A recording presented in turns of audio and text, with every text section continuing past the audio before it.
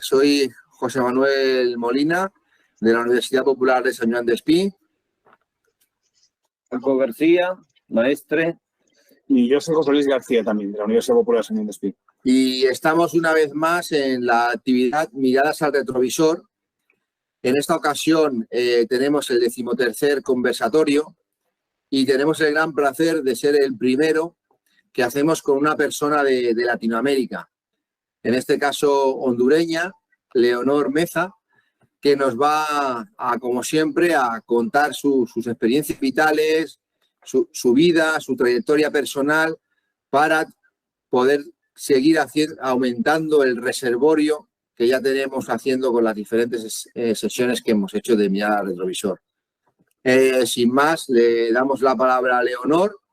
Y bueno, Leonor, empezamos como siempre, por el principio. ¿Dónde naces? ¿Qué recuerdas de tu infancia? ¿Cómo fue tu niñez? Y de aquí pues vas construyendo el discurso que te parezca mejor para dejar testimonio. Adelante, Leonor. Bueno, muy buenos días. Charo no me dijo para qué era esta reunión. Yo pensé que era para la cuestión de mujeres, pero ya veo que es para una entrevista. No es una entrevista, es un conversatorio. ¿Vale? Nosotros haremos pequeños incisos. ¿Vale? Está bien, tú está bien. mantienes un discurso y algún inciso iremos haciendo nosotros. Está bien. Bueno, voy a comenzar entonces a contarles un poco de la historia de vida. Yo nací en un pueblo de los más pobres de Honduras que se llama Intibucá. Inti quiere decir indio y Pucá quiere decir montaña. Ahí nací en ese pueblo. A los 5 años de haber nacido, yo quedé huérfana, junto con 4 hermanitas más. Somos 5 mujeres y una madre, pues que no era profesional, apenas llegó a 2º grado, pero con una capacidad realmente impresionante de lucha para hacerle frente a todos los avatares de la vida. Y fue así como ella nos condujo a nosotros, por un lado, a trabajar junto a ella y en segundo lugar, a estudiar. Lo que recuerdo de ella es que nos decía mi madre, Esperanza Pineda, viuda de Mesa, decía: muchachas, ustedes tienen que aprender a trabajar, pero también tienen que estudiar, porque solo así se salvarán en esta vida. Si les va mal, decía, en el matrimonio, ustedes tendrán manera de defenderse. No se van a quedar aquí en el pueblo solo haciendo tortillas, haciendo nacatamales, haciendo pirulines, haciendo pan para vender. Tienen que aprender algo más. Porque da la casualidad que fue así como mi madre nos formó, haciendo nacatamales, pirulines, bueno, dulces, pirulines son dulces, pan, y nos mandaba a vender, ¿verdad? Yo iba a la escuela a partir de las 7 de la mañana, en 2 jornadas. Era la jornada de 7 a 12, de 12 a 1, recreo para comer, y de 1 a 4, la siguiente jornada. Cuando salía a las 4 de la tarde, mi madre tenía listo el canasto de pan para ir a vender, o la olla de nacatamales para ir a vender. Y así, de esa manera, nos formamos. Porque mi madre realmente, a pesar de que no fue una mujer letrada, en la práctica organizó un colectivo de mujeres. Ella al frente y nosotros al lado de ella, trabajando para salir adelante, y salimos adelante, como ella decía. Primero, de esa manera, sacamos la educación primaria. Después, de esa manera, sacamos la secundaria. Solo que en la secundaria yo aprendí a hacer algo que pocas mujeres en Honduras lo hacen, solamente ciertas mujeres del campo, es aprender a batir lodo con los propios pies para hacer la materia prima con la que se hace la teja y el ladrillo. Eso me lo enseñó un tío Domingo, hermano de mi madre. Y con eso yo me ganaba 12 lempiras el fin de semana. Estamos hablando de la década del 60, que realmente donde el valor de la plata de un lempira era bastante. 12 lempiras era medio dólar actualmente, pero en aquel tiempo era mucho dinero. Y de esa manera yo me abastecía de mis cuadernos, de lápices y cosas que yo necesitaba para el colegio. Incluso debo decirles que yo me calcé hasta los 14 años, cuando ya iba a terminar la educación media, yo supe lo que eran zapatos. Por cierto, eran unos zapatos ad hoc, nunca se me olvida, salvadoreños, de esos zapatos de hule. Y así de esa manera terminé la educación secundaria. Luego, salida del colegio, salida de la educación media como profesora de educación primaria, trabajé un año en mi pueblo. Pero ese año que trabajé en mi pueblo era una tortura, porque mi familia era una familia que provenía del Partido Liberal de Honduras, que en aquel tiempo era pecado ser liberal en Honduras, porque gobernaban en esos tiempos un partido que se llama Partido Nacional de Honduras, donde es la pura reacción, donde es el puro fascismo, ¿verdad? Y que, por cierto, es el que tuvimos hace 2 años ahorita y que fue derrocado por el Partido Libre y Refundación. Estuvo 2 años recientemente. Y esa gente sabe reprimir a todo lo que se opone. Bueno, entonces, salida del colegio, como les decía, trabajé un año para ayudarle a mi madre con las otras pequeñas. Yo era la segunda, pero la primera de mis hermanas, la mayor, ella lamentablemente sí estudió muy poco, igual que mi madre, pero ella trabajaba más en la casa, pero sí las otras 4 a la escuela. Y logramos salir avantes con el estudio. Después de eso, la profesora de estudios sociales de mi colegio habló con mi madre para que no me dejara en el pueblo, sino que me mandara a la capital de la República a estudiar. Entonces, mi madre, con alta tristeza, dijo, bueno, yo no tengo cómo ayudar a mi hija para que se vaya a la capital. Y le dijo la profesora mía de estudios sociales, no se preocupe, señora, esta niña es bastante inteligente y vamos a llevarla a estudiar a Tegucigalpa. Yo la voy a llevar a la casa de una tía que necesita ayuda en la cocina para que ella le haga las tortillas, va a limpiar la casa, va a barrer, va a lavar la ropa y de esa manera ella va a poder ir a estudiar porque voy a hablar con mi tía, dijo la profesora Yolanda Rodríguez, dijo ella, voy a decirle a mi tía, dice que le dé toda la jornada de estudio para lo que Leonor quiere estudiar y yo quería estudiar trabajo social en ese tiempo. Y realmente así hice, saqué la carrera de trabajo social aquí en la capital. Sí. Perdona, me gustaría hacer una puntualización. Es que estás hablando de la realidad que te tocó vivir a ti y es muy parecida a mucha de la gente que, por ejemplo, en España tenían esa misma realidad. Gente del campo que tenía que ir a la ciudad de sirvientas en casas de gente burguesa y que se aprovechaban de ellas miserablemente para haciéndolas trabajar en jornadas de semiesclavitud. Porque eran jornadas en las cuales no tenían prácticamente ningún derecho ni nada. Lo digo esto más que nada porque el que vea el vídeo entienda que las realidades, aunque sean lejanas, en realidad son muy próximas.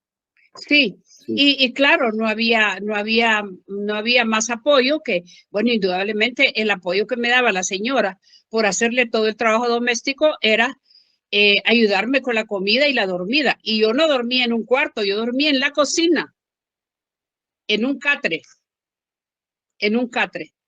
Pero eso a mí no me molestaba, dormir en la cocina y un catre. Yo iba con una meta que era seguir estudiando a nivel de educación superior. Bueno, pero también la señora me daba algún dinero cuando yo necesitaba, que le decía, quiero comprar un libro, quiero hacer esto, lo otro, entonces ella siempre me apoyaba. Si no me daba un salario mensual, pero me apoyaba en lo que yo podía. Ahora quiero hacer la aclaración. Esta familia no era una familia burguesa. Era una familia que vivía también en una casa que no era de esas casas de los burgueses, ¿verdad? Que eran casas con pisos de granito, pisos muy bien lindos, y no, era el piso de ella, era un piso de tierra la casa de la señora, ¿verdad? Entonces era como, yo lo sentí como una solidaridad bastante grande de parte de mi profesora al llevarme donde la tía, que estaba sola y que necesitaba ayuda. Aunque la hija de la señora sí trabajaba, y la hija de la señora, que ya tenía como unos 60 años, 65 por ahí, la hija le ayudaba a la señora, una única hija que tenía.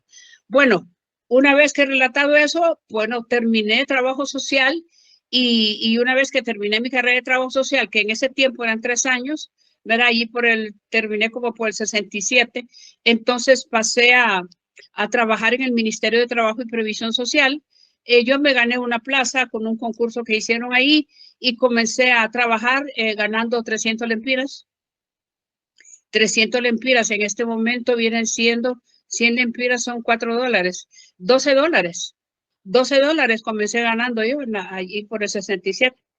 Es más bien 69 fue, 69 que comencé a trabajar con ese salario. Y estando ahí en el Ministerio de Trabajo, había un ministro que era bastante consciente, y yo le dije a él que yo quería seguir estudiando en la universidad una jornada, aunque sea de las 4 de la tarde en adelante, y que iba a trabajar de 7 a 4. Ya me había acostumbrado a los horarios de 7 a 4, y le dije, me da chance para ir a la universidad, porque el horario en el Ministerio de Trabajo era hasta las 5 de la tarde. Y el ministro Gautama Fonseca, que en paz descanse, él aceptó. Me dijo, te vas a las 4 de la tarde para tu universidad. Y de esa manera yo saqué trabajando y estudiando, saqué la carrera de la licenciatura en Ciencias Jurídicas y Sociales, ¿verdad? Y eso me sirvió mucho para entender la relación obrero-patronal. Y de esa manera, pues yo estaba en un departamento que se llamaba Departamento de Promoción Social. Y me ayudó muchísimo la carrera de Derecho para entender de la perspectiva legal, es decir, cómo era esa relación entre los trabajadores y los patronos. Y ahí justamente yo comencé a concientizarme, ¿verdad?, de la cuestión de cómo funciona la burguesía y el proletariado. Y ya en la universidad, a principios de la década del 70, entonces yo sí comencé a organizarme con las organizaciones estudiantiles más avanzadas, más progresistas, y me afilié al Frente de Reforma Universitaria FRU. El Frente de Reforma Universitaria FRU era el frente de la oposición en toda la estructura gobernante, y tanto dentro de la universidad como de la estructura de gobierno, ¿va? Gobierno militarista que teníamos en ese tiempo. Entonces, y creo que en toda América Latina habían gobiernos, en la mayoría habían gobiernos militares en esa década. Entonces, realmente rápidamente los compañeros me tomaron en cuenta, y yo ascendí a secretaria general del Frente de Reforma Universitaria en la Federación de Estudiantes Universitarios de Honduras.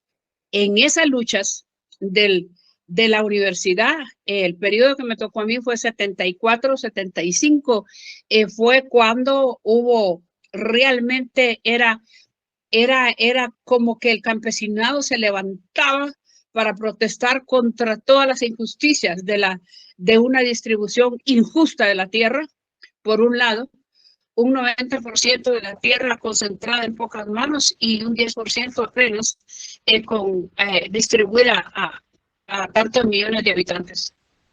Entonces, eso realmente dio lugar a grandes represiones, pero grandes represiones, porque los estudiantes nos metimos de lleno en esa lucha de los campesinos. Y fue el 25 de junio de 1974 cuando hubo una masacre campesina donde murió incluso una trabajadora social que se llama María Elena Bolívar, que había venido de Colombia junto con un padre Betancourt, ¿verdad? Porque la iglesia de ese tiempo estaba, una parte indudablemente de la iglesia estaba apoyando a los campesinos. Entonces, durante esa masacre, a nosotros como estudiantes progresistas, en ese tiempo se decía los estudiantes progresistas de la Universidad Nacional Autónoma de Honduras, nos pusimos al frente de la lucha y realmente fue algo tremendo porque nos mataron varios estudiantes, ¿verdad? Nunca se me olvida, una compañera mía, Ruth García Mallorquín, ¿verdad? Fue asesinada brutalmente y tirada a ese pozo de Malacate, donde mataron a 12 personas en una montaña prácticamente de Olancho. Bueno, eso, y después esas luchas estudiantiles fueron más largos. La Federación de Estudiantes Universitarios de Honduras de esa década del 80, 74, 75, 76, nos pusimos al frente de votar a los gobiernos militares y pasar a gobiernos civiles. Organizamos entonces el Frente Amplio de Masas, donde se puso al frente las centrales obreras, el campesinado organizado, los estudiantes de la universidad organizados y los estudiantes de secundaria organizados. En ese tiempo se llamaba FESE, Federación de Estudiantes de Secundaria. Entonces hicimos un solo bloque, estudiantes, campesinos, obreros, amas de casa, y ese bloque llevó adelante luchas bárbaras para poder realmente lograr que hubiera un cambio en Honduras y que los estados militaristas dejaran de funcionar y pasar a gobiernos civiles. Bueno, en eso realmente hubo un trabajo fuerte de parte de nosotros como estudiantes, y fue en 1981 cuando realmente los militares se retiran y pasamos a formar gobiernos civiles, y el primer gobierno civil que nosotros tenemos es a partir de 1982. Por cierto que ganó esas elecciones un gobierno de corte liberal. Pero resulta que ese gobierno de corte liberal, ¿verdad? Que en paz descanse, ya murió este señor, Roberto Sasso Córdoba, realmente fue un represivo de los más grandes a nivel de gobiernos civiles, porque él se unió con una asociación que se llamaba APRO, que era la Asociación para el Progreso, donde estaban los militares, donde estaba el gobierno encabezado por este señor y estaba gran parte de la empresa privada. Esta tal APRO se encargó de seguir reprimiendo a los estudiantes, a los campesinos y a los obreros que nos opusimos. En ese tiempo no solo al gobierno, sino que nos opusimos directamente a la venta de la soberanía nacional de nuestro país cuando comenzaron a llegar las tropas militares de los Estados Unidos, comenzando por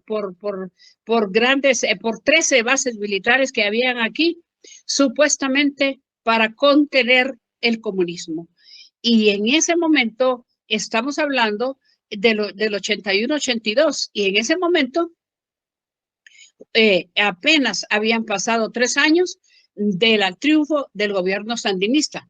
En 1979 triunfa el gobierno sandinista, al cual la Federación de Estudiantes Universitarios hicimos todo lo que pudimos desde Honduras para apoyar a los compañeros que se venían a refugiar acá, de allá de Nicaragua, o para hacer acciones convenientes hacia el triunfo de la revolución sandinista. Y entonces, claro, el estudiantado seguía ligado al Frente Sandinista en el 81-82, y se viene encima en esos años no solamente las 13 bases militares de los gringos para contener el comunismo, sino que se organiza la contrarrevolución nicaragüense, ¿verdad? Y se vienen para acá, para Honduras, todos los contrarrevolucionarios. Entonces, esa gente contrarrevolucionaria era la que ponían los militares de Honduras para que reprimieran a los hondureños, estudiantes, obreros, campesinos, que nos oponíamos a que ellos vinieran aquí a Honduras como contrarrevolucionarios y a que las bases militares estuvieran en Honduras. Un evento importante de esos primeros años de la década del 80 es que las mujeres estábamos organizadas. Nosotros organizamos un comité que se llamaba Visitación Padilla, que Visitación Padilla luchó allá por los años 1934 justamente contra la invasión de Walker en estos países de América Central. Y entonces nosotros tratando de hacer honor a esa lucha de esta mujer, Visitación Padilla, entonces hicimos esa organización y realmente logramos aglutinar 400 mujeres de fuerza, y las 400 mujeres nos fuimos a tomar la base de Palmerola en el departamento de Comayagua, la base más grande de los militares norteamericanos. Y esa vez realmente tuvimos una represión brutal, pero igualmente, a pesar de haber sido reprimidas, igualmente nosotros tuvimos que enfrentarnos a una cantidad de los llamados DIN, que eran el Departamento de Investigación Nacional, eran a los que echaban a pelear, a reprimir, a hostigar, a fustigar, a capturar y asesinar a la gente que se oponía. Y nosotros tuvimos la oportunidad de agarrar por lo menos 10 de esos hombres, los agarramos y los pusimos debajo de las enaguas de nosotros ahí en Comayagua, a 10 por lo menos, porque los demás se fueron. Éramos 400 mujeres decididas a todo. Y entonces realmente eso fue un evento importante de la lucha que nosotros tuvimos. Y por cierto, el Comité de Visitación Padilla nació en el seno de la Federación Unitaria de Trabajadores de Honduras. La Federación Unitaria de Trabajadores de Honduras, esta federación fue la primera de Honduras que se unió a la Federación Sindical Mundial, allí a principios de la década del 80. Nosotros desde esa vez pertenecemos a la Federación Sindical Mundial. Y yo continué adelante en otras cosas que ya les voy a contar y no perdí de vista a la Federación Sindical Mundial. Y estamos todavía, ¿verdad? 43 años después colaborando con la Federación Sindical Mundial.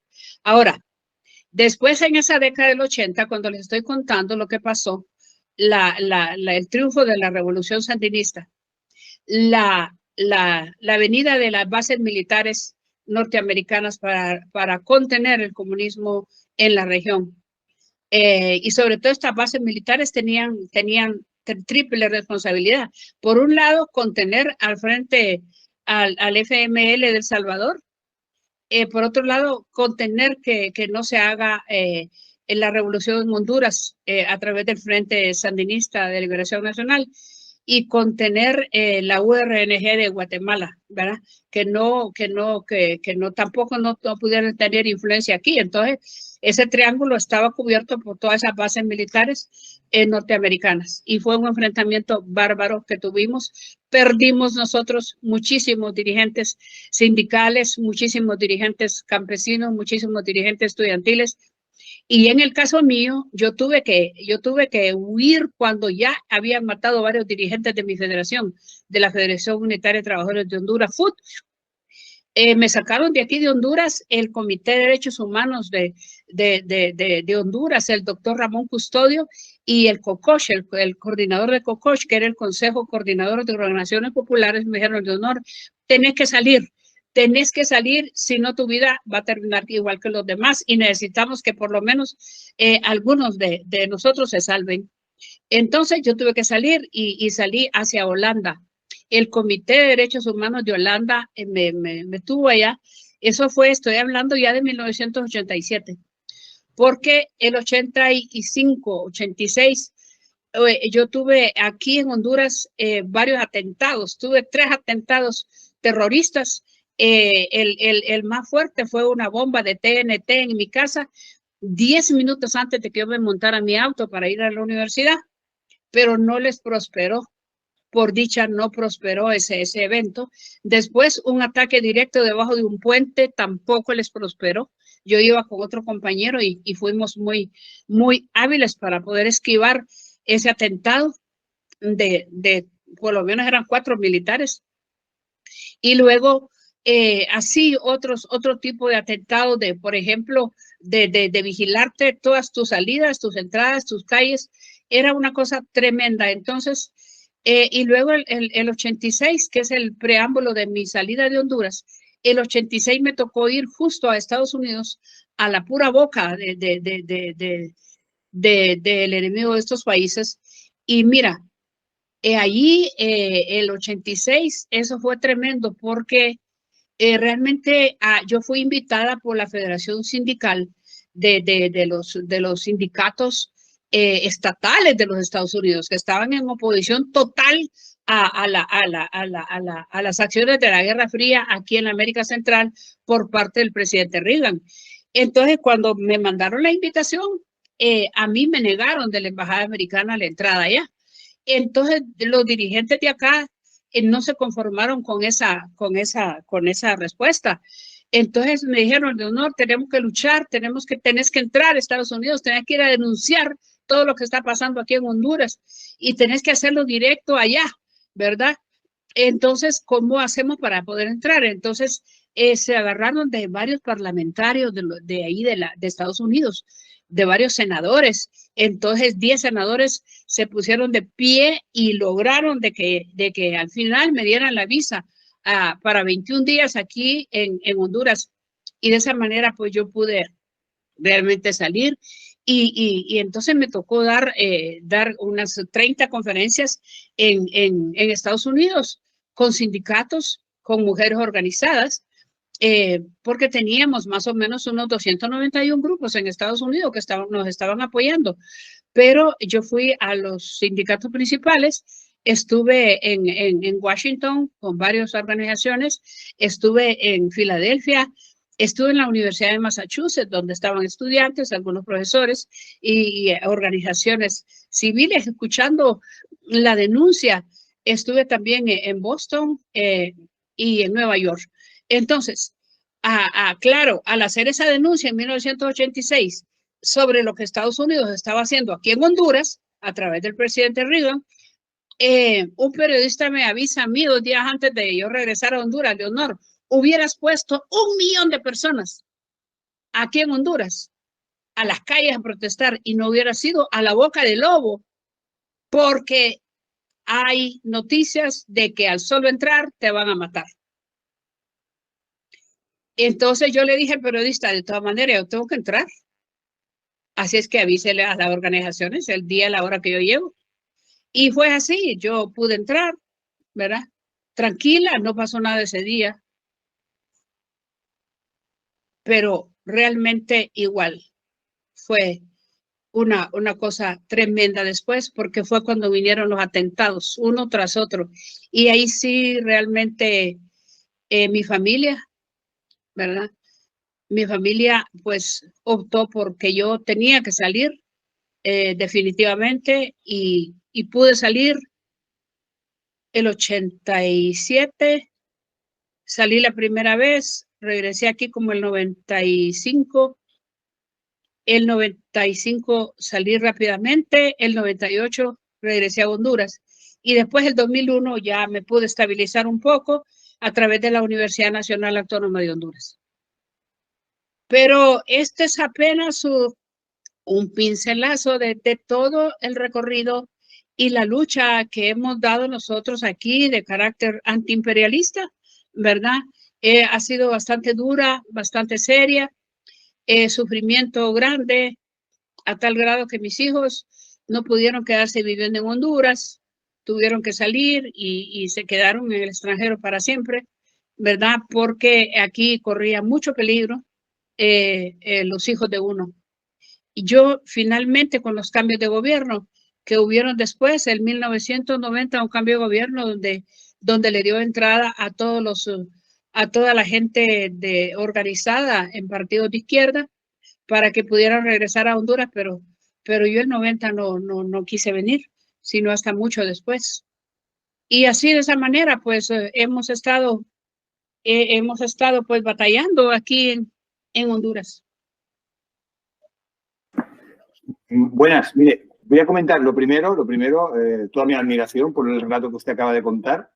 Lo segundo, me sorprende que, bueno, yo siempre lo he dicho, la mayor indefensión que puede tener alguien es cuando le ataca a su propio Estado.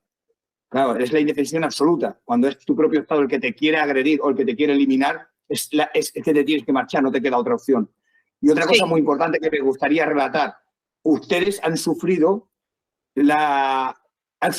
como toda Hispanoamérica básicamente, el hecho de que, por ejemplo, lo que pactaron la Unión Soviética con Estados Unidos cuando intentaron hacer la invasión de Cuba, que no la realizaron, para que no se extendiera el tema de la Revolución Cubana, los norteamericanos no se atrevieron a entrar nunca más en Cuba porque lo pactaron con los soviéticos, pero a cambio sometieron a toda Hispanoamérica a una presión brutal para que en toda Hispanoamérica no pudiera haber ningún levantamiento que se pareciera en lo más mínimo a lo que estaba pasando en Cuba.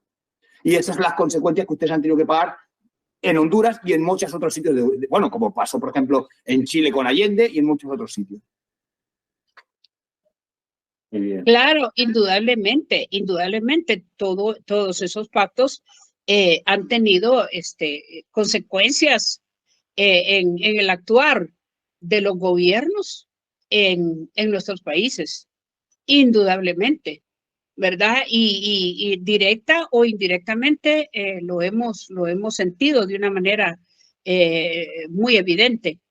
Y claro, como en esos pactos hay acuerdos de aplastamiento incluso de las fuerzas de oposición y tratan de hacerlo a como de lugar y demostrarle a los gobiernos represivos y gobiernos imperialistas, ¿verdad? En el caso de Estados Unidos, ¿verdad? De que sí están haciendo lo correcto. Y si no, los acuerdos mundiales ya no continúan. Y claro que sí, nosotros realmente sí en ese sentido, pero a pesar de todo eso, Honduras ha estado en pie de lucha con todos los años que ha sufrido Cuba de bloqueo.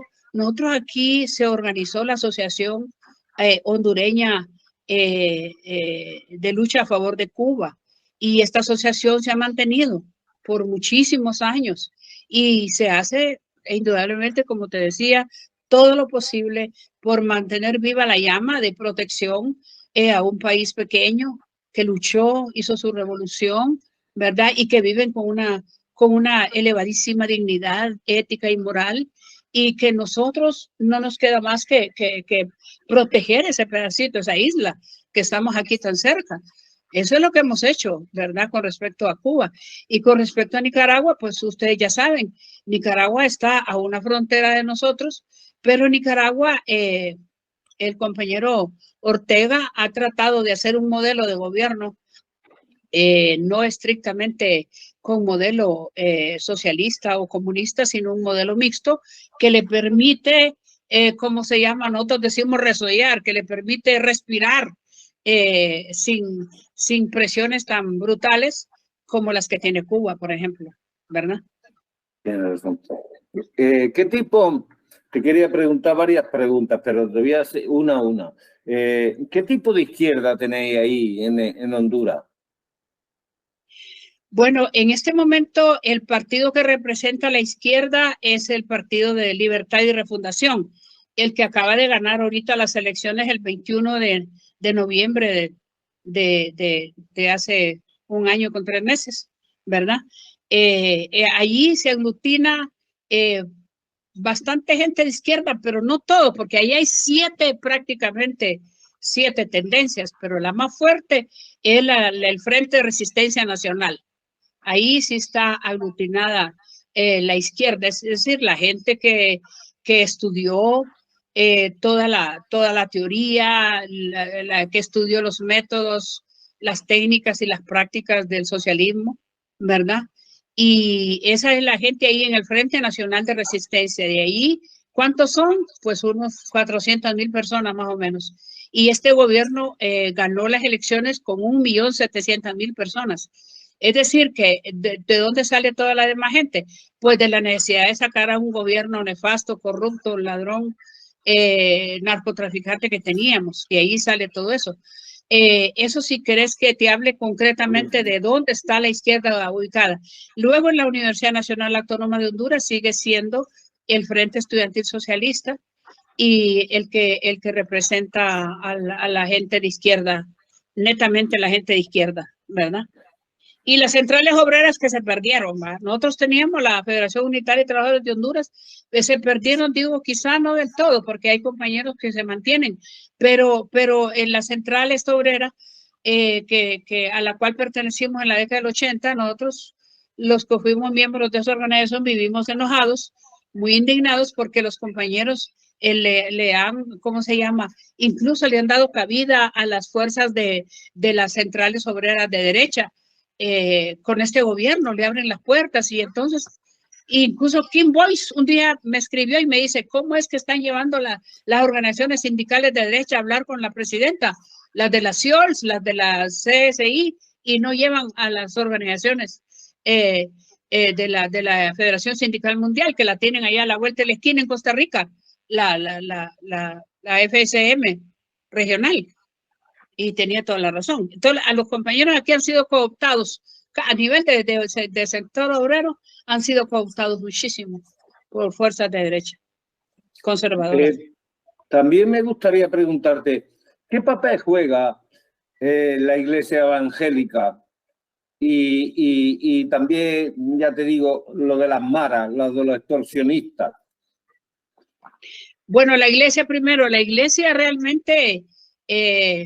la iglesia aquí en Honduras está dividida, no hay duda. Tenemos una parte de la iglesia que apoyó el gobierno anterior, pero también tenemos una parte de la iglesia de curas o de padres, si querés, o de pastores, que también tienen una mentalidad más abierta, una mentalidad más tolerante hacia los cambios. Y no miraron con malos ojos este cambio que se hizo con Xiomara Castro, la nueva presidenta, ¿verdad? No lo miraron con malos ojos y no le hacen la vida. Pero también tenemos una parte de la empresa privada que le está haciendo la vida imposible a este gobierno, y también tenemos organizaciones y una parte de la iglesia que están contra el gobierno socialista democrático que está llevando a cabo la compañera Xiomara Castro como presidenta de la República.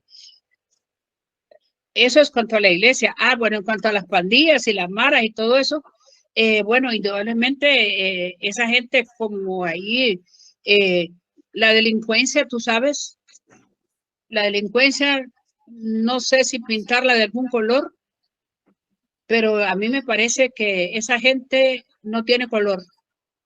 Esos actúan de acuerdo a la conveniencia personal y no les importa a la gente, porque sí. Aquí nosotros la consideramos a las pandillas y a las maras como una gente descorazonada. No les importa extorsionar matando, no les importa robar matando, no les importa vender droga llena de sangre, no les importa nada de todo eso. ¿Pero qué hace el gobierno contra ella, este gobierno? El gobierno ahorita, las maras incluso, que las sostenía muy bien el gobierno anterior, ahorita están levantadas, todas las cárceles están levantadas, pero el gobierno ha nombrado una viceministra de seguridad.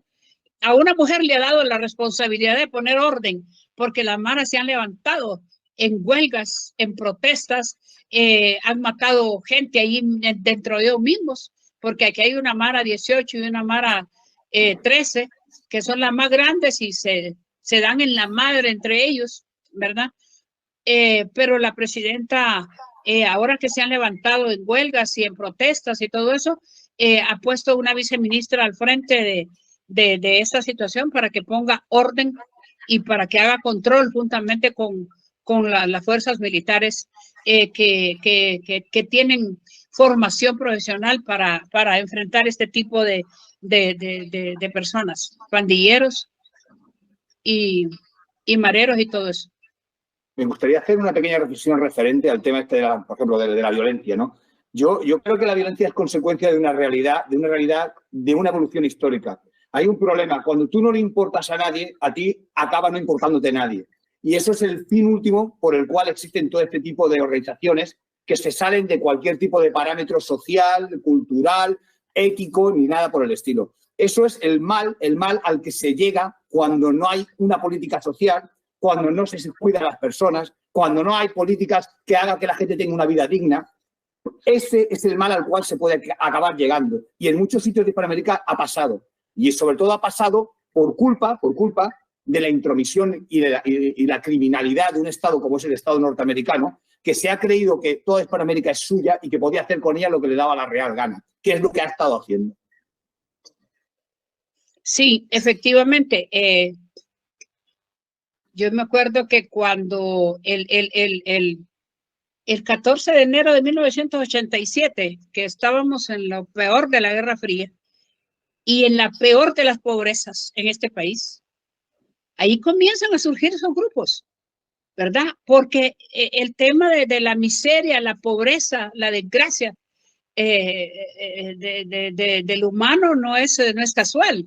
Hay responsables y eso de no atender las necesidades reales de la gente en sus necesidades, por ejemplo, en la alimentación, en la salud, ¿verdad? En el bienestar social, en la seguridad social. Imagínense que allá por la década del 60 hubo un programa de seguridad social para los hondureños donde se creó incluso un instituto de seguridad social con unas reformas de carácter liberal que hizo un presidente liberal, incluso hizo una ley de reforma agraria, pero eso no ha sido suficiente porque después vinieron gobiernos que desbarataron todo lo bueno que aquel quiso hacer porque se dio cuenta, ¿verdad?, de la situación, que en la medida en que no se resuelvan esas necesidades reales de la gente, como es el alimento, ¿verdad?, la vivienda, el agua, la luz, la seguridad social, en la medida en que la gente cada vez es más pobre. Nosotros tenemos ahorita un 74% de pobreza, que esos 12 años que estuvo el gobierno que se fue, realmente dejó más pobre y más pobre a la ciudadanía hondureña. Somos 9 millones y tenemos unos 7 millones en extrema pobreza. Es un horror. Entonces tú tienes la razón, te doy toda la razón. ¿De dónde sale toda esa gente que roba, que hace, que delinque? De la necesidad de comer. Si tiene ganas, deseos de comer, tiene que robar para darle comida a sus hijos, para comprarle la leche a sus hijos, incluso porque mucha gente que está presa lo ha dicho. Yo robé porque tenía necesidad para darle la leche a mi hijo. Robé porque tenía necesidad de comer, tenía necesidad de llevarle comida a mi madre, una viejita de tantos años. Tú tienes razón, el descuido terrible, la indiferencia terrible, el no tener una visión de cómo resolver los problemas de los humanos, eso ha llevado a una verdadera desgracia a estos países como el nuestro. Y en este caso, a la presidenta Xiomara le está tocando mucho más duro que cualquier presidente de antes, porque a esta señora la dejaron sin un centavo en las arcas del gobierno y dejaron la población en extrema pobreza y dejaron todas las instituciones en un deterioro impresionante. Y por eso le está costando muchísimo y tiene mucha oposición en este momento y le exigen, resuelve este problema. Ahora va a tener que ingeniárselas porque si llega al poder un gobierno de izquierda y no resuelve tampoco los problemas de la gente, yo les dije la vez pasada, señores, si quieren hacer algo por Honduras y no tener problemas, métanle al problema de la seguridad alimentaria y al problema de la salud. Si logran resolver esos dos problemas y en tercer lugar, métanle a la educación. No hagan más. 3 temas: seguridad alimentaria, educación y salud. Y hay un problema que es que estas gentes que ahora están entrando en el tema de la violencia es porque ya han renunciado a transformar la sociedad. Y ese es el gran problema que tenemos, porque eso mismo está pasando en el mundo occidental. Aquí en estas sociedades opulentas de aquí de Europa, pasa exactamente lo mismo. La gran mayoría de la gente ya no cree en una posible transformación. Y como no creen en una posible transformación, compran el modelo, aunque sea una porquería. Pero es que el modelo además se va retroalimentando y cada vez es más agresivo y va más en contra de la población. Y no hacemos nada por cambiarlo porque ya no creemos en esos cambios. Usted, cuando empezaron a luchar en los años 60, años 70, creían en poder cambiar la sociedad. Hoy en día, la gente que está en las maras y tal, ¿creen que se puede cambiar la sociedad? No. Simplemente dicen, como yo no entro en esta sociedad y no le valgo para nada, yo tampoco me importa lo que le pasa a la gente de esta sociedad. Y eso es el mal por el mal. Son como los drogadictos de aquí y ya está, ahí fuera. Yo te quería preguntar, para que nos explicaras cómo está la sanidad y también las personas que realmente tienen minusvalía y no pueden trabajar. Si el gobierno hace algo por esas personas que no pueden trabajar, es porque los empresarios no las quieren. Y los gobiernos municipales y comarcales y nacionales, el gobierno central tendría que tener, y no lo sé, por eso te pregunto, una política pues para darle trabajo a esas personas que realmente los empresarios no las quieren. ¿Me explico? Sí, mira. Dos cosas, la salud y el trabajo de las personas con minusvalía. Sí, mira, con el trabajo de las personas con minusvalía se hace a través del Instituto Nacional de Formación Profesional, INFOP. El INFOP tiene su propia ley y en esa ley habla de que se le debe dar mucha importancia a la gente que tiene algún tipo de discapacidad para que aprenda un oficio. Y entonces ahí más o menos se manejan unas 48 técnicas productivas y 48 técnicas gerenciales. Entonces ahí la gente puede aprender un oficio, diversos oficios, comenzando por cosas como panaderías, electricidad doméstica, una carrera de mecánica automotriz corta de 1 año o 2 años. La panadería dura 6 meses. La gente que quiere aprender, las mujeres que quieren aprender a ser costureras, durante 6 meses reciben un curso intensivo y pueden poner su sastrería. Los hombres que quieren aprender o las mujeres zapatería, se les da su formación técnica profesional durante 6 meses o 1 año para que pongan sus microempresas. El gobierno de Manuel Zelaya Rosales, el 2005, cuando él fue presidente, en este momento la esposa de él es la presidenta actual, pero cuando él fue presidente el 2005, él impulsó muchísimo este trabajo de darle las oportunidades del programa de inclusión social que él tenía.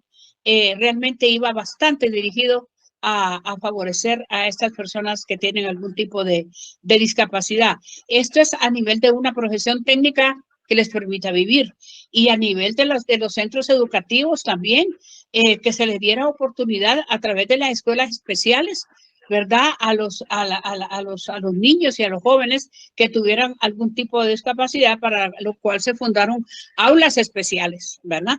Eso fue bastante interesante en aquel tiempo. Hoy, con este gobierno, que ahora es la esposa de Manuel Zelaya Rosales, la que están volviendo a impulsar este tipo de proyectos, este tipo de programas. Y también se está obligando a la empresa privada a que incluya dentro de sus ofertas laborales también a un cierto porcentaje de discapacitados, ¿verdad? Igual que se está obligando a que le den oportunidad a las mujeres, porque aquí la mujer ha estado marginada también de la cuestión productiva. Entonces, a las mujeres se le está dando mucha importancia. Incluso el plan de gobierno está acomodado bastante en el tema de género, y se ha puesto como eje transversal el tema de género en el gobierno. Una cosa que quería comentar. No sé si estarás de acuerdo conmigo, pero yo percibo desde hace tiempo que el imperio está cayendo. O sea, el imperio norteamericano está cayendo. Y normalmente casi todos los imperios mueren matando, porque no tienen otra manera de morir que es intentar alargar su hegemonía de la manera que sea y llevándose por delante a quien puedan. Nosotros en Europa lo estamos sufriendo ahora mismo con una guerra que se han inventado, en la cual nosotros nos van a obligar a poner parte de nuestros recursos en comprar armas para esa guerra, a cambio de tener más pobreza en nuestros propios países. En Hispanoamérica me consta que hay muchos países que se están levantando en contra del imperialismo norteamericano. Y esta gente son muy mala gente, por no decir que son lo peor. ¿Cómo crees tú que será el futuro de toda Hispanoamérica cuando el imperio que está cayendo acabe de caer de una vez? Bueno, es que las evidencias y los hechos actuales están demostrando de que el imperio está deteriorándose bastante. Ejemplo, aquí en Honduras, bueno, en El Salvador, China está, desde que entró Bukele ahí, China está está apoyando decididamente todos los proyectos y programas de Bukele, y Estados Unidos ha estado con muy mala cara con El Salvador por esa razón. Y ahorita, hace unas 3 semanas, Honduras ha comenzado sus relaciones no solo comerciales, porque tenía relaciones comerciales con Taiwán, pero Taiwán lo ha cancelado y ha procedido el gobierno nuestro a tener relaciones comerciales, políticas, culturales y productivas con China. Uy, pero eso te digo que ha traído una rebolica tremenda aquí en Honduras, ¿verdad? Ha habido protestas, quejas de todo tipo y no nos extraña pues que toda la gente que está en contra de este modelo de la presidenta Xiomara provenga de fuerzas de Norteamérica que están alimentando a sus fuerzas internas aquí en Honduras para oponerse, ¿no? Incluso se habla hasta de un golpe de Estado, pues. Sí, tanto.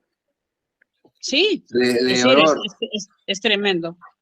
Leonor, tu discurso, bueno, pues ha sido un repaso a la historia reciente en Latinoamérica y especialmente en Centroamérica. Y a mí me gustaría reconocer, ¿no?, todo ese trabajo de todas esas agrupaciones y colectivos de izquierdas que han estado ahí resistiendo, porque no les quedaba otra que resistir, ¿no?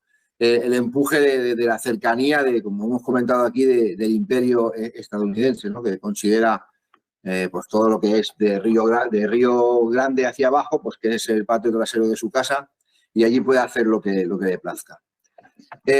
Lo que sí que me gustaría conocer es dónde estás ahora trabajando exactamente, dónde te mueves en lo social. ¿Vale? Ya sabemos que estás en la FSM y desde aquí lanzar un recorrido. La presidenta actual tiene muchísimo trabajo, el gobierno actual tiene muchísimo trabajo, pero lo que tenemos que tener muy claro es la gente de izquierda, tanto la hondureña como la del resto del mundo, es que no se arregla en una legislatura supongo que serán de 4 años, imagino, en Honduras las legislaturas. Sí, dura 4 años. Pues que el desaguisado que hay tan grande no se arregla en 4 años. Entonces imposible. Hay que poner calma, remangarse y ponerse a trabajar. Y el trabajo es de muchos frentes, porque tenemos incluso el enemigo lo tenemos en casa. Tú mismo lo acabas de comentar ahora, que se está hablando o comentando en la calle de un posible golpe de Estado, ¿no? Parecido a lo que estamos viendo en Perú, ¿es Perú? Sí, en Perú había un golpe de Estado. En Perú y anteriormente en Bolivia con Evo Morales, ¿no? Entonces, claro, el trabajo es enorme. Paciencia y trabajo. Y a partir de aquí me gustaría saber, pues eso, dónde estás, cómo está la lucha allí en estos momentos, las reivindicaciones, el tema de los servicios públicos, la sanidad, la educación. Los sindicatos. Los sindicatos que has comentado que parece ser, por lo que yo he entendido, que son parte de una maquinaria sistémica que no está a favor de los derechos laborales, sino de mantenerse los puestos o las sillas. Sus privilegios. Pero le has preguntado muchas preguntas a la vez. No, eso simplemente que nos comentes ahora cómo está la situación. Bueno, hay algo importante con la parte de social. Este gobierno le está dando bastante importancia, es decir, para terminar de explicar un poquito, digamos, en cuanto a la luz eléctrica, hay 1 millón de personas que reciben gratis la luz eléctrica. Se hizo un estudio de las personas más pobres,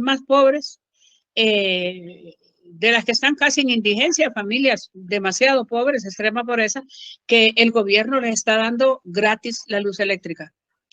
El gobierno también está dando un subsidio para el asunto de los combustibles, porque el combustible aquí subió de una manera impresionante bajo el ropaje de que estaba subiendo el petróleo, que no sé qué, y aunque el petróleo baje, siempre le suben a la gasolina.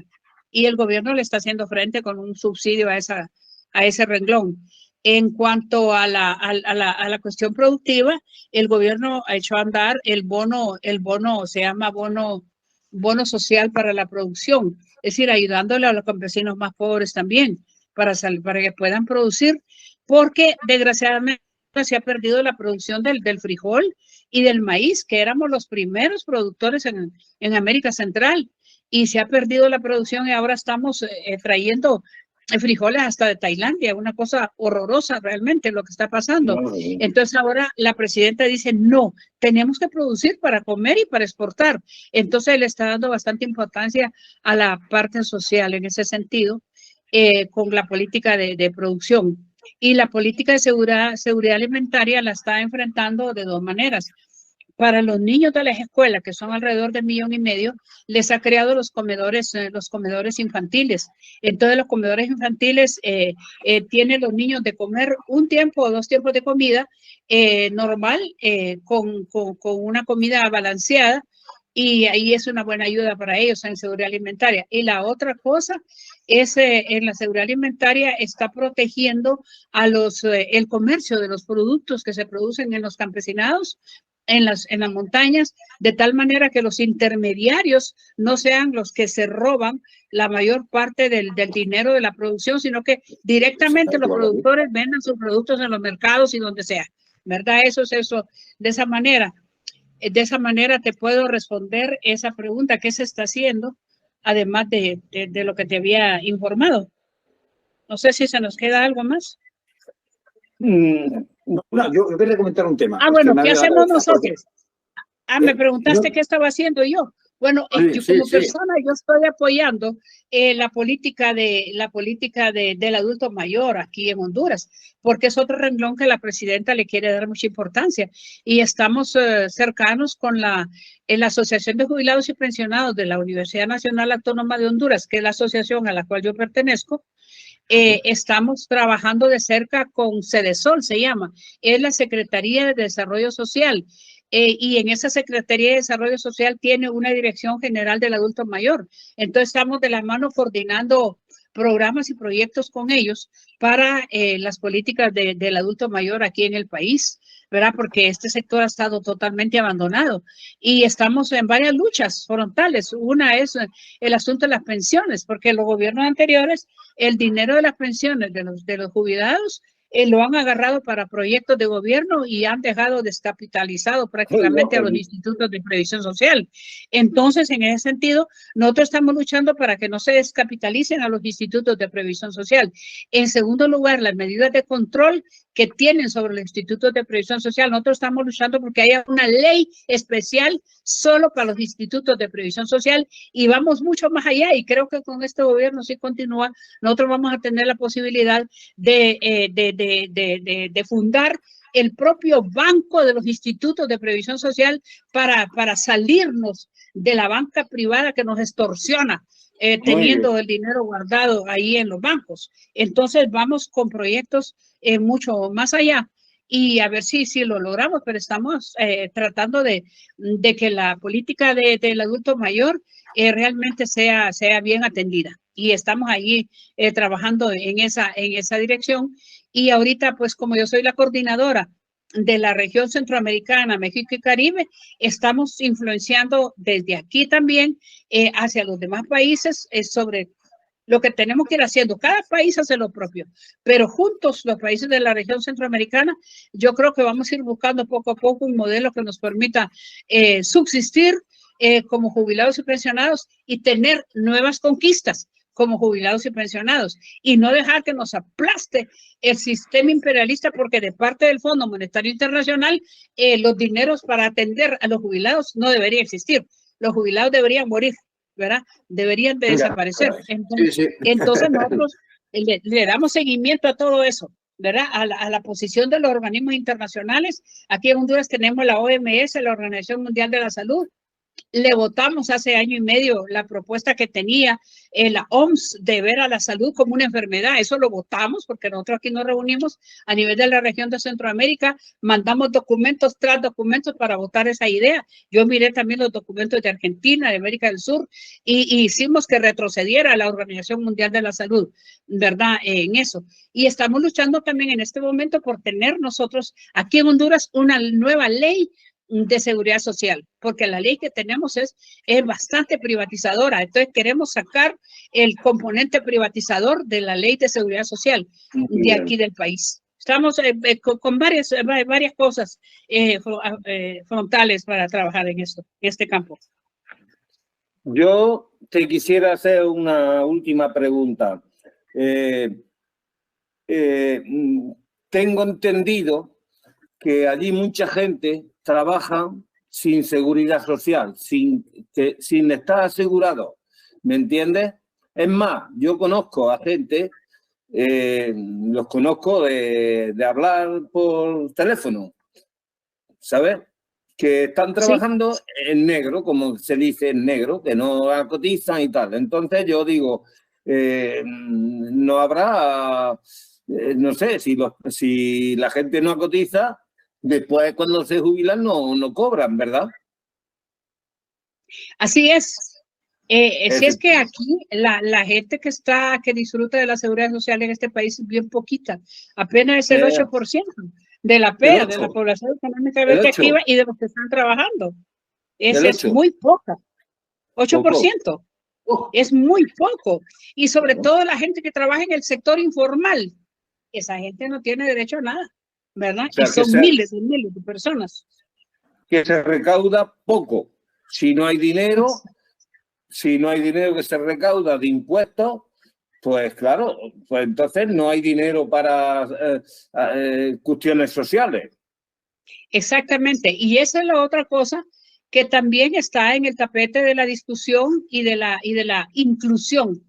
Este gobierno va a procurar que todo ese sector informal que trabaja día a día, que no cotiza al Seguro Social, tampoco tiene derecho a nada, se va a ver cómo realmente se incorpora toda esa masa a los programas del Seguro Social.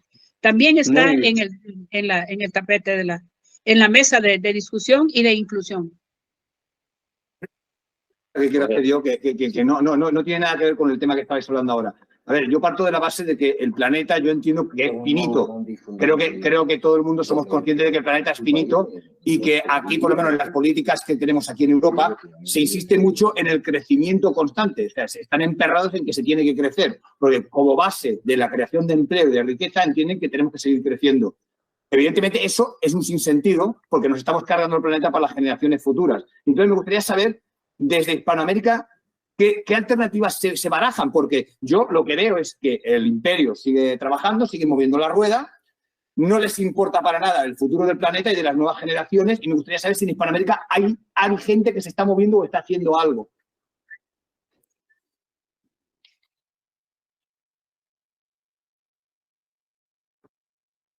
Vamos a ver si la entendimos. Que partiendo de la base de que yo considero que el planeta es finito y que se está creciendo de manera indiscriminada, digo que si en la zona de la que usted es mismo, en la zona de toda Hispanoamérica, si se están tomando medidas para intentar salvaguardar el planeta para las generaciones futuras de alguna manera, porque no sirve de nada crecer hoy para que el día de mañana la gente no pueda vivir. Correcto. Aquí, ahorita, incluso en el conjunto de políticas de desarrollo en el país, el gobierno actual también con una visión bastante integral del desarrollo y con una visión bastante integral de lo que es el bienestar social, porque una cosa es las propuestas de desarrollo de crecimiento económico, modelo que se está tratando de cambiar por un modelo de crecimiento económico con desarrollo social, con índices de desarrollo humano, incluso tomando en cuenta la evaluación del desarrollo del país no en base a índices macroeconómicos, sino en base a índices microeconómicos. Es decir, el ingreso, lo micro, el ingreso, la salud, la educación, la pobreza, etcétera. Entonces, ese recambio, todo eso, esa política de desarrollo social y económico lleva implícita la política ambiental.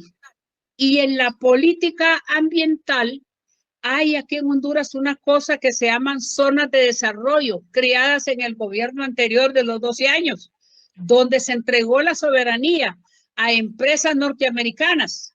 Y creo que hay una empresa inglesa haciendo desastres en las islas de la bahía, por ejemplo, en unas islas bellísimas, donde ya nadie puede entrar porque toda la isla está cercada, la compraron y la cercaron, ya no se puede ir a bañar el hondureño al mar. Y entonces esa ley de las zonas de desarrollo fueron canceladas por el gobierno. Y eso le ha traído gran problema, pero lo hizo. La otra cosa es que se está cuidando que todo el desarrollo del país no sea en base al sacrificio del recurso natural que tenemos, ¿verdad? Entonces, ya Honduras ya está, todos sus cerros están pelados porque los oprobiosos empresarios de la madera te cortan de manera inmisericordia todos los bosques. Entonces, el cuidado del bosque es en este momento una fuente de vigilancia, de control y de mucho cuidado. Lo mismo los ríos y las aguas, los ríos y las fuentes de agua. Mataron a Berta, ustedes saben, a la compañera Berta Cáceres, la mataron unos empresarios.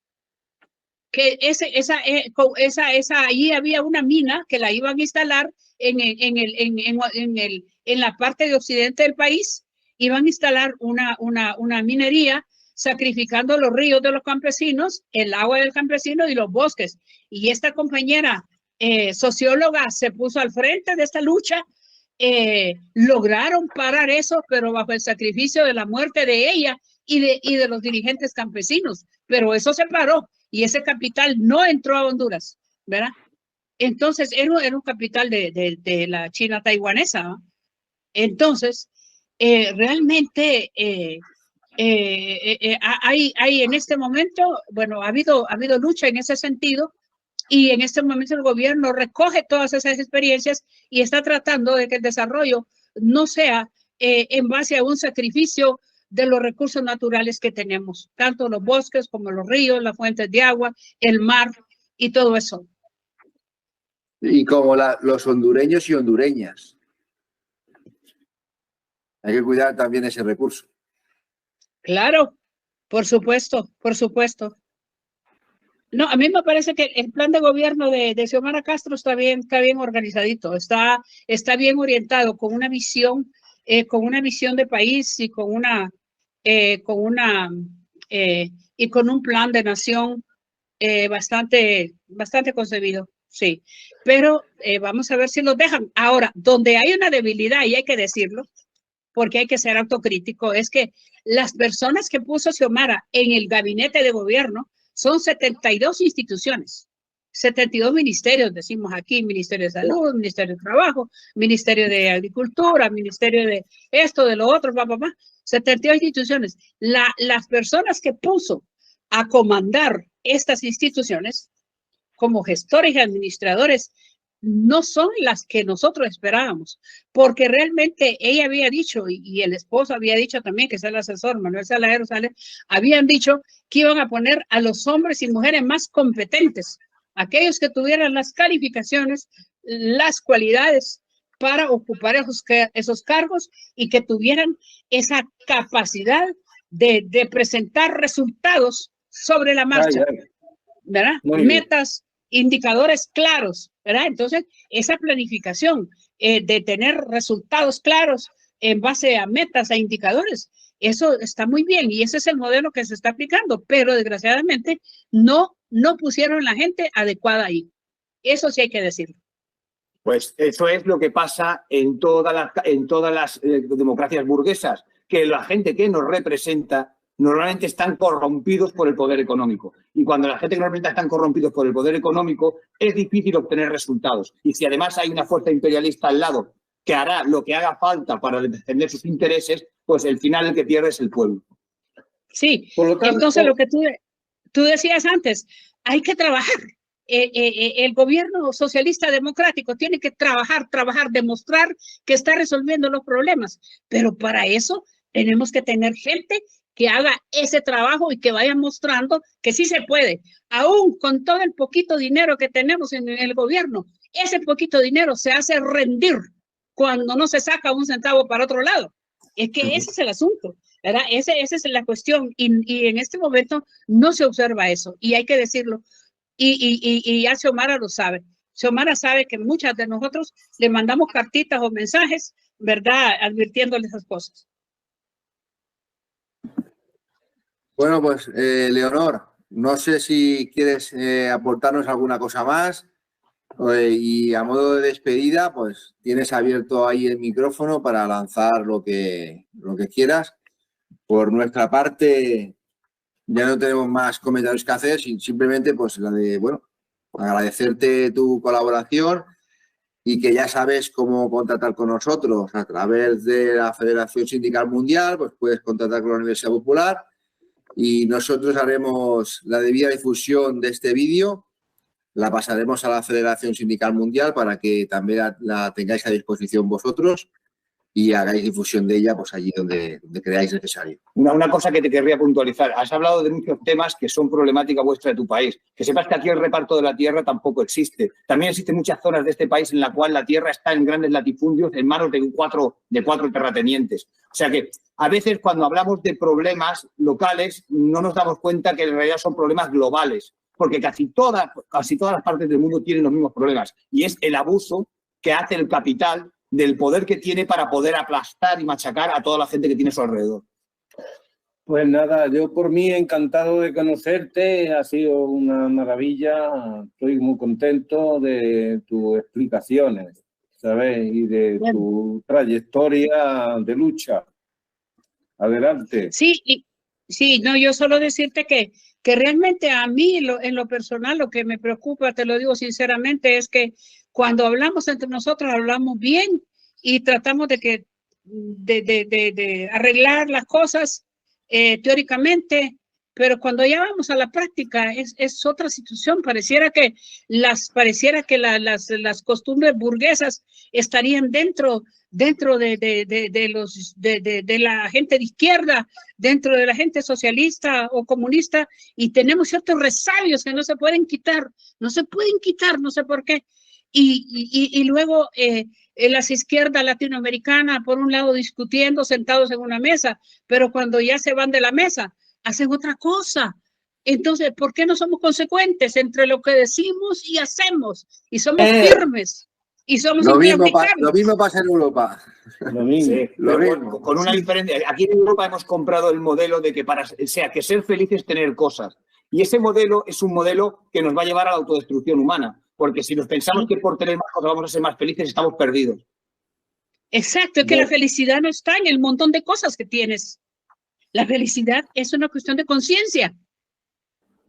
Entonces, yo ahí es donde veo que yo a veces pienso, ¿será que fuimos bien formados o fuimos deformados desde cuando comenzamos en la década del 70 a entender, comprender y entender cómo cambiar este mundo, cómo transformar este mundo? ¿Qué es lo que ha pasado? Muchas mujeres y hombres, ¿verdad? Incluso a veces, bueno, yo escuchaba a Charo la vez pasada, mira, ese hombre no nos entiende, ¿verdad? Entonces digo yo, ¿en qué estamos? Que no nos tratamos como humanos. Incluso el tema de género está en discusión, no debería estar en discusión, entre nosotros por lo menos, no debería estar en discusión. Pues que tenga claro ese gobierno, que como no haga las cosas bien, otra vez vendrá a la derecha, y estamos en el mismo lugar de siempre. Así que se ponga las pilas, y consiga convencer al pueblo hondureño de que la izquierda es la que le da solución a los problemas. Es la única alternativa que tenemos. El Claro. cambio no viene de cualquier lado. El cambio no viene de cualquier lado. Es con la gente que tiene una mentalidad realmente de cambio, de transformación, ¿verdad? La que le va a dar satisfacción a las necesidades del humano, a las necesidades de la gente. Otros no, los que tienen la mentalidad burguesa solo quieren para ellos, para ellos, para ellos, para ellos. Y punto. Así es, para adentro y nada. Bueno, compañeros, para mí ha sido un gran placer realmente estar con ustedes. Es quizá, yo tengo escrito, todo lo que les dije está escrito en documentos. Tal vez puedo mandar documentos que auxilien también para que hagan lo que el documento que van a sacar. Yo les puedo mandar fotos. Te hacemos llegar el correo de la Universidad Popular de Son Despí. Por favor. Y a partir de aquí vamos escribiéndonos y manteniendo el contacto, desde luego que sí. Por favor, sí. Y mantenernos informada de todo lo que hagas para seguirte a nivel internacional, allí donde salgas, donde aparezcas y donde des la lucha. Está bien.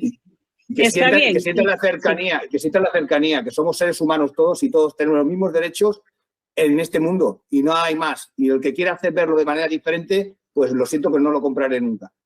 No, así es, así es. Vale, así muchas es, gracias, compañero. Leonor, muchas gracias a ustedes. Muchas gracias. Adiós. Me alegro mucho de haberte visto. Gracias, Charo.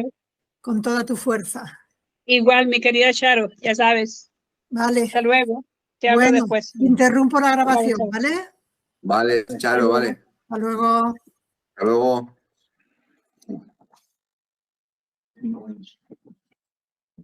Así muy bien.